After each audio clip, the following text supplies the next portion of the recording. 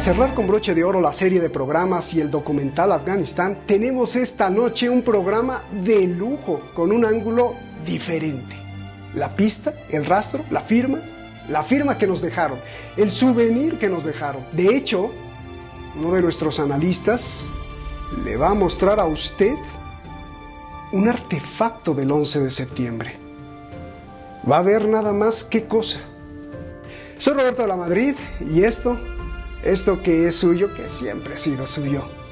Detrás de la razón. Comenzamos.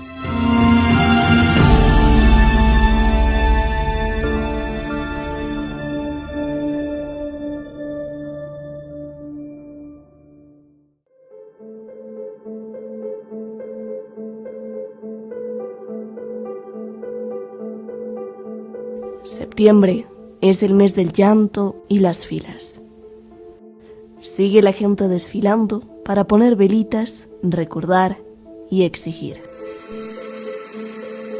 El FBI acaba de desclasificar un documento que prácticamente no dice nada. Uno de muchos que prometen revelar en los próximos años. Mientras la furia y el reclamo van envejeciendo.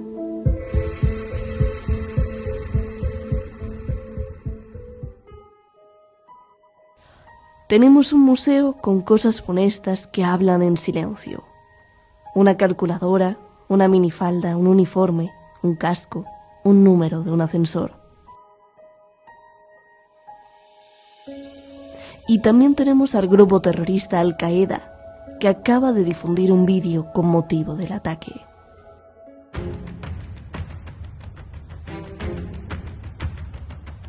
Entre las víctimas, la furia y el reclamo se envejecen. La verdad se escurre, se esconde, ya nada más entre los símbolos. Es lo único que tienen.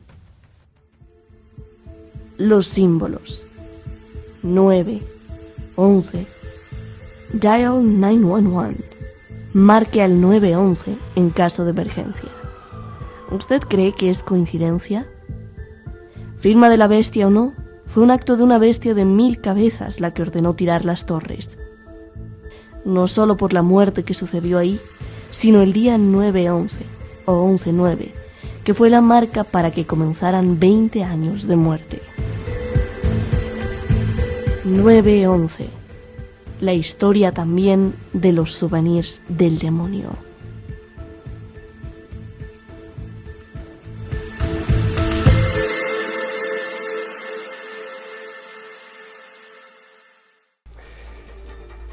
Pues a veces se queda uno sin palabras y a veces uno dice, nos están tomando el pelo, y a veces uno dice, bueno, muchas cosas, por eso estamos aquí. Muchísimas gracias al equipo de Detrás de la Razón, muchísimas gracias a usted, de verdad que estamos creciendo otra vez como espuma. Bueno, ya habíamos crecido en estos 9 años mucho gracias a usted, y como usted sabe, nos han cerrado tantas veces los canales que bueno, ya ni los enumeramos, pero le agradecemos de todo corazón su apoyo y está protestando, incluso muchos comentarios que le protestan directamente a YouTube porque nos deje solo cuestionar, no nos dejan hacer absolutamente nada, nos manda a cada rato YouTube, se lo paso al costo, leyendas de que no estamos respetando, que no estamos diciendo lo que debemos de decir.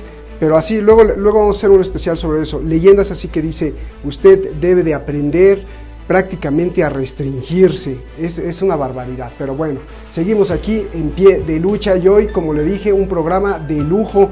Tenemos a Francisco Javier Martínez, que ha estado muy intensamente trabajando en muchos temas para llevarle lo mejor de los ángulos. ¿Para qué? Para que usted lo analice. Francisco Javier Martínez, muchísimas gracias por estar con nosotros. Y Nuño Rodríguez, que bueno, pues en esta ocasión además nos va a aportar, no sé si sea evidencia o una evidencia para empezar a cuestionar otras cosas, a pesar de que ya han pasado 20 años y que la gente, bueno, pues olvida, como lo decía ahí Shadi, está envejeciendo el reclamo y la furia y se pierde. Ni en la evidencia ni en el rastro escarban, pero aquí pues nosotros y Nuño que nos trae pues algo que yo también quiero ver. Muchísimas gracias a los dos y bueno, voy a empezar contigo, Nuño. A ver, si quieres poner las cartas sobre la mesa, ¿qué nos ha dejado este del 20 de septiembre? Pero ya no nos mates de curiosidad, sabemos que tienes ahí un souvenir y lo queremos ver. Adelante, Nuño, por favor. Fue algo extremadamente macabro. Y te digo que fue algo extremadamente macabro principalmente porque fue a los pocos meses del 11S. No había todavía ninguna versión alternativa, ninguna versión conspiranoica. Estaba toda la sociedad en estado de shock. O sea, simplemente se consideraba que había sido un macroatentado, que había sido terrible, y estaba todavía la sociedad traumatizada. Y por aquel entonces yo vivía en Barcelona, y paseando por el centro de Barcelona, precisamente en la calle Carmen, al principio de la calle Carmen, había un bazar regentado por pakistaníes. Entro en el bazar buscando unas cosas, y me encuentro, así como en un apartado un poco escondidos, una serie de souvenirs, de artefactos como este. Y eran artefactos conmemorativos del 11S. Aquí podemos ver a Bin Laden, podemos ver las Torres Gemelas y podemos ver un avión colisionando con una de las Torres Gemelas. Oye, y echa fueguito, creo, ¿no? O sea, prende.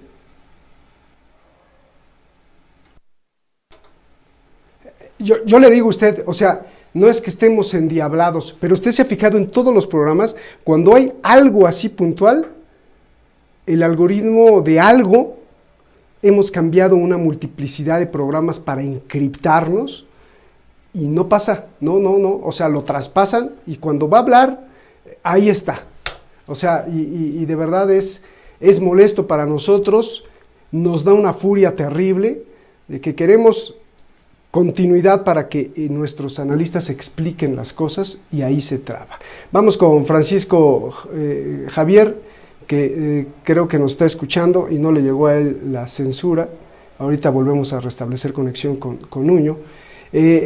Francisco, hay dos cosas simplemente muy importantes, tú escoges por cuál empezar. ¿Los números y los símbolos tienen algún significado? ¿Es mera coincidencia de llame usted al 911 y el 911 es cuando suceden los ataques? Más aún, tú sabes muy bien que el 9 y el 11 desde la época de Sherlock Holmes, que inició con la ciencia forense tomada de Edgar Allan Poe en sus novelas, pues tienen mucho símbolo o mucha fuerza simbólica.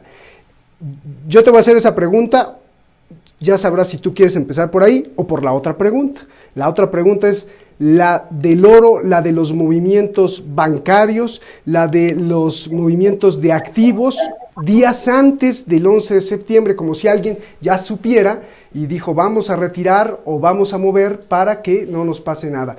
Adelante, querido Francisco. Buenas tardes, un placer como siempre. En tiempos de crisis, en tiempos de angustia, de crisis múltiple, social, económica, cultural, existencial. Ay, Dios mío. La necesidad de muchas personas de explicaciones de cualquier tipo parece hacerles a estas personas más vulnerables y más abiertas a aceptar el atractivo de las profecías, del pensar mágico, irracional, de las coincidencias numerológicas y de las terminologías también de coincidencias.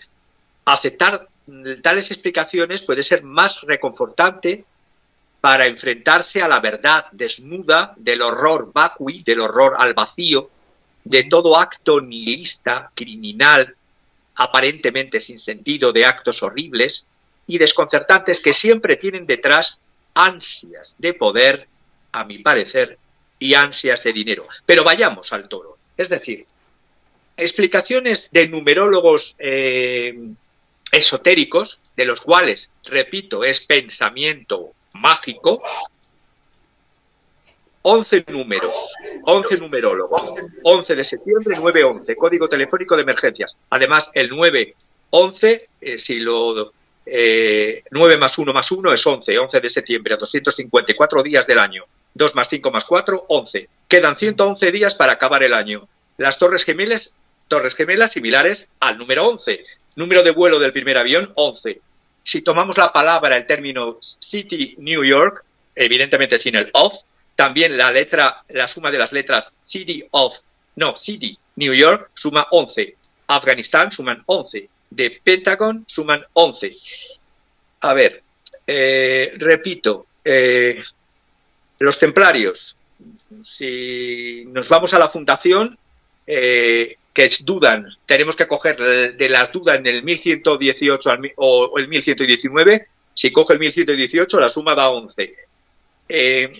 Todo esto que quiero decir con ello, repito, se busca una explicación y un pensamiento mágico. Curiosamente, por ejemplo, el servicio de inteligencia británico, antes de llamarse como se llama el M16, el anterior M15, M16, el servicio Service Intelligence Service, la sigla era SIS, solo faltaba una I para que fuese ISIS, era SIS. Estaba, cuando se cambió al cuartel general de Vauxhall Cross, estaba curiosamente cerca de una logia, la logia del Ordo Templi Orientis, OTO, también que celebraban en los años 90 sus reuniones detenidas en Bannington Center, en el número 11 de Vauxhall Grove, en Reino Unido. Pero bueno, digamos que todo esto de la OTO, de la rama londinense, del ritual de la bestia que se hace dentro de los ritos de la OTO, que es una orden paramasónica, porque hay órdenes masónicas, contramasónicas, paramasónicas, y esta es una orden paramasónica. En el ritual de la bestia, el número 11 es muy importante en los rituales de Aleister Crowley, que fue espía y ocultista de Winston Churchill durante la Segunda Guerra Mundial. A todo esto yo, como soy muy dado a que lo secreto y oculto debe ser secreto y oculto, y para los oyentes siempre intento luchar por el pensamiento ilustrado y racional, remitiría a dos obras. Remitiría a la obra de un muy controvertido, pero muy buen documentado autor sobre toda una trilogía, Confessions of an Illuminati, Confesiones de un Illuminati, de un italiano que vive actualmente en Palm Springs, que fue perseguido por espionaje en Noruega y que fue grado 33. Lo dice él, no lo digo yo, porque eso de guardar secreto, yo siempre guardo secreto, salvo que él mismo se confiese grado 33, y es un curioso personaje, este Leo Lion Sagami, porque su apellido es Leo, su nombre es Leo Sagami, pero como el nombre de la madre es Lion como de la familia británica inglesa, porque su abuelo, aparte de senador siciliano, también estuvo entroncado con la aristocracia siciliana y con la aristocracia inglesa. Bueno, pues este señor, muy especialista, también muy utilizado por la extrema derecha últimamente, pero muy especialista de la Gran Logia del Oriente de Italia y de la Logia Illuminati, tiene una trilogía, Confessioni di un Illuminati, que da una documentación bastante buena sobre todos estos temas. Y si ya luego quiero rebatir el pensamiento mágico, me voy directamente a mi querido amigo profesor en Francia, Pierre-André Taguieff, La Foire aux Illuminés, la Feria de los Iluminados, esoterismo, teoría del complot y extremismo. Es decir, elijan ustedes. Yo no voy a revelar secretos de lo oculto, ya que lo oculto y el pensamiento gnóstico y el pensamiento teosófico, antroposófico, masónico y paramasónico, si ha de estar oculto, uno ha de iniciarse en ello.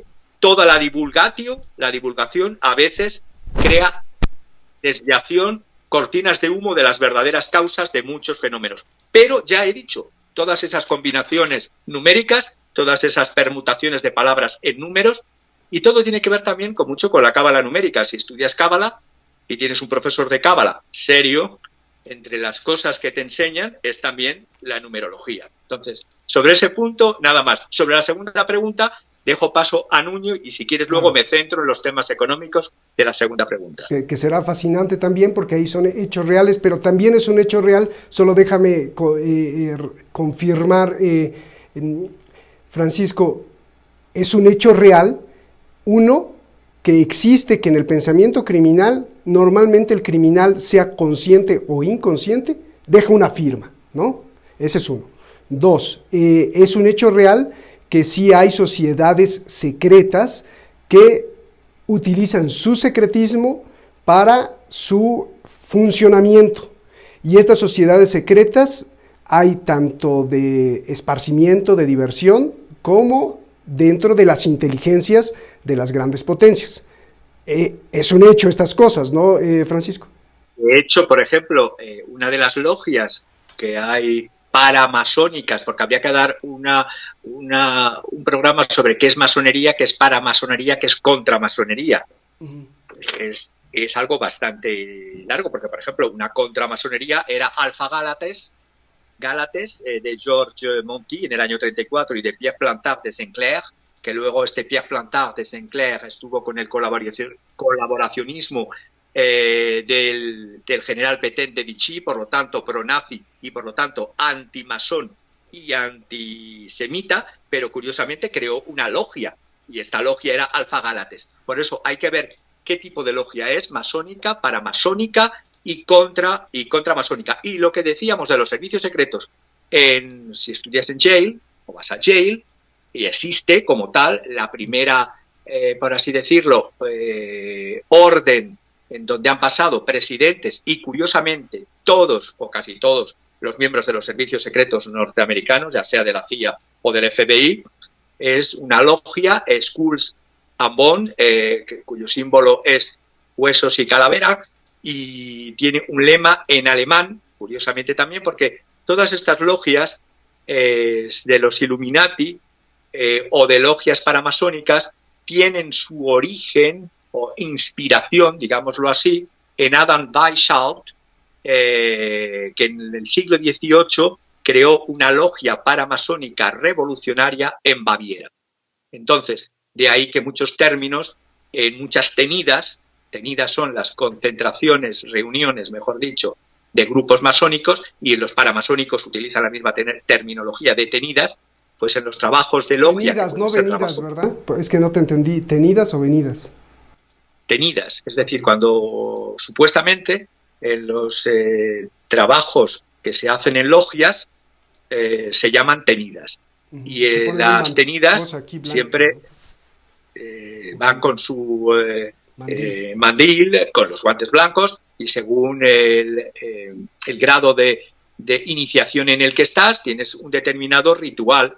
Y además, lo que siempre están presentes es una serie de símbolos. Está el triángulo de Al-Gagadu, está la columna de Hakim y Boaz, es decir, son una serie de símbolos que viene a su vez también del templo de Salomón, símbolos relacionados con el templo de Salomón de la antigüedad, porque la masonería regular, es decir, porque hay masonería regular, lo que estaba diciendo antes, masonería irregular, tiene una serie de ritos. El rito escocés ha aceptado, pero es que hay otra serie de ritos.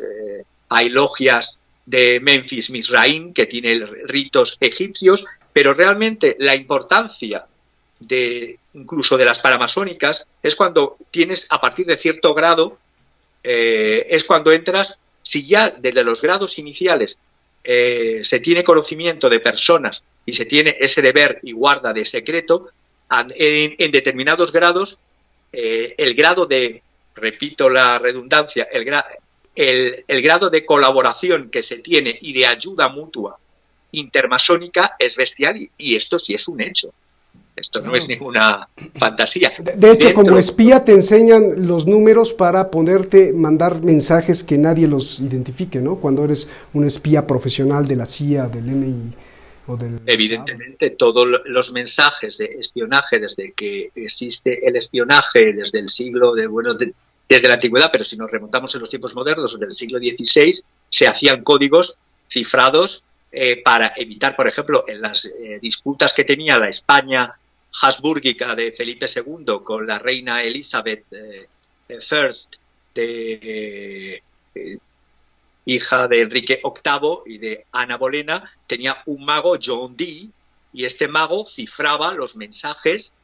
Hay un lenguaje, además, el lenguaje enoquiano, que es un lenguaje creado por el mago John Dee para cifrar determinados mensajes y determinados rituales que se hacían también, rituales que ya se tenían en la Inglaterra del siglo XVI y que la España del siglo XVI combatía, pero también tenía su otro tipo de logias más ligadas, en este caso, a los jesuitas, al Vaticano. Es decir, había luchas y hay luchas.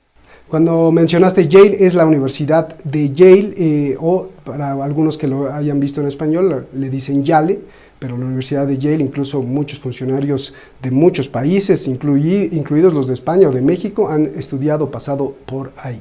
A ver, luego, una última cosa, luego hay otras órdenes que también te captan a los estudiantes, no solamente estas órdenes, sino también órdenes que captan para hacer a los mejores estudiantes, ya sea el Rotary Club, por ejemplo, muy presente en Países Bajos y en Francia, pero Países Bajos bestial. Esto es algo habitual, es decir, igual que cuando existían los dos bloques, los servicios secretos del antiguo Pacto de Varsovia también iban a convenciones y reuniones donde había estudiantes para captar a los estudiantes que querían promocionarles, ayudarles, pero luego evidentemente iban a devenir, como pasó en Inglaterra, es decir, no hubo más espías soviéticos que en Cambridge. En Cambridge estaba minado de espías soviéticos durante toda la Guerra Fría, el grupo de Cambridge concretamente, y además se les escogía hasta conociendo sus especialidades intelectuales, personales, sexuales, etcétera. Bien. Vamos con Nuño. De regreso, pues te pregunto las cuestiones de las finanzas y no me contestaste, nos dijiste lo simbólico del número 11, faltó el número 9, pero voy con Nuño. Nuño, a ver, hablando de las columnas y qué pena y lástima, comentaba cuando te fuiste que siempre es una constante en todos los programas, en todos los analistas, cuando mencionan algo delicado, ¡pum!, se revienta, se corta y ya nos hemos cambiado de plataforma y ya se cortó otra vez. ¿No está? No está Nuño, ya está Nuño. Sí, o sea, esto pasa. Y digo, nos hemos cambiado de plataformas, incluso hemos pagado por plataformas con mucho más seguridad y aún así nos sigue pasando.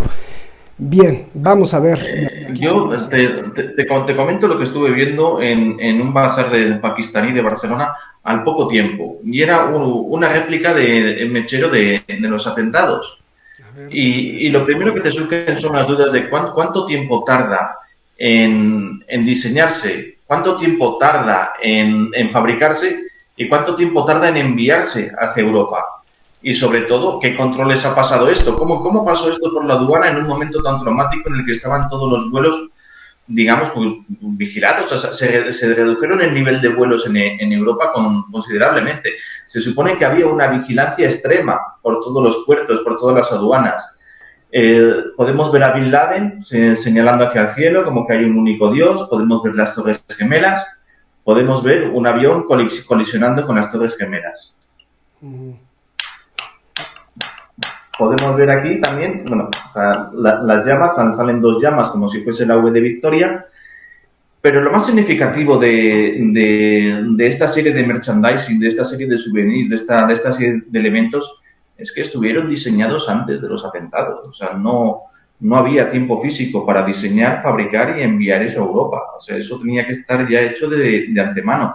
Evidentemente, la persona que hubiese planeado los atentados sabía que iban a suceder. Con lo cual, o sea, es bastante factible. Se cortó. Y lo que dice Nuño es verdaderamente importantísimo y dramático entender. Sí, ya estás ahí. O sea que sí, en el momento de los atentados, tú llevas eso como souvenir, te agarran de terrorista, ¿no? O sea, no pudo pasar, tuvo que pasar días antes, ¿no?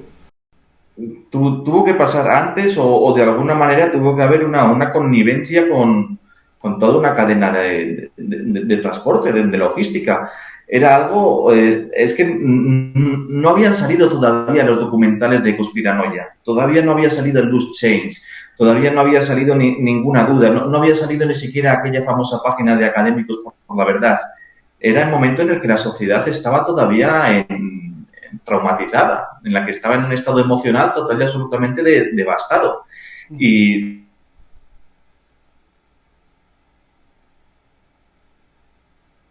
no nos deja. A ver, Francisco, mientras regresa, te digo, o sea, es que no podemos. A ver. Promoviendo. Mira. Solo súper rápido para reforzar lo que está diciendo Nuño. Yo no sé qué ha pasado con una acusación documentada del guardián de las Torres Gemelas, William Rodríguez, de la Torre Norte, que el despacho de abogados de Philip J. Berg, abogado prestigioso de un bufete de Pensilvania, cuya página web entonces era 911forthetruth.com, denunció por conspiración y masacre a George Bush, ya parte sustancial de su administración, lo presentó ante el Tribunal de Distrito de Filadelfia porque decía, sabían lo que estaba por suceder, no intervinieron, no dieron la alarma, obstruyeron a la justicia mientras se llevaba a cabo la búsqueda de la verdad. Y sin ser conspiracionista, yo solo sé que esto es un término que se elevó por un abogado, un despacho de abogados, y una acusación documentada por el guardián de la Torre Norte, William Rodríguez. Y de eso yo querría saber qué ha pasado, entre otras muchas demandas de otras personas. Solo por decir lo que estaba comentando Nuño. Y sepáis que yo siempre intento luchar por el pensamiento racional y por la verdad socioeconómica, cultural, pero hay cosas que son evidentes. Una demanda y una presentación ante un tribunal de distrito tiene que estar fundamentada.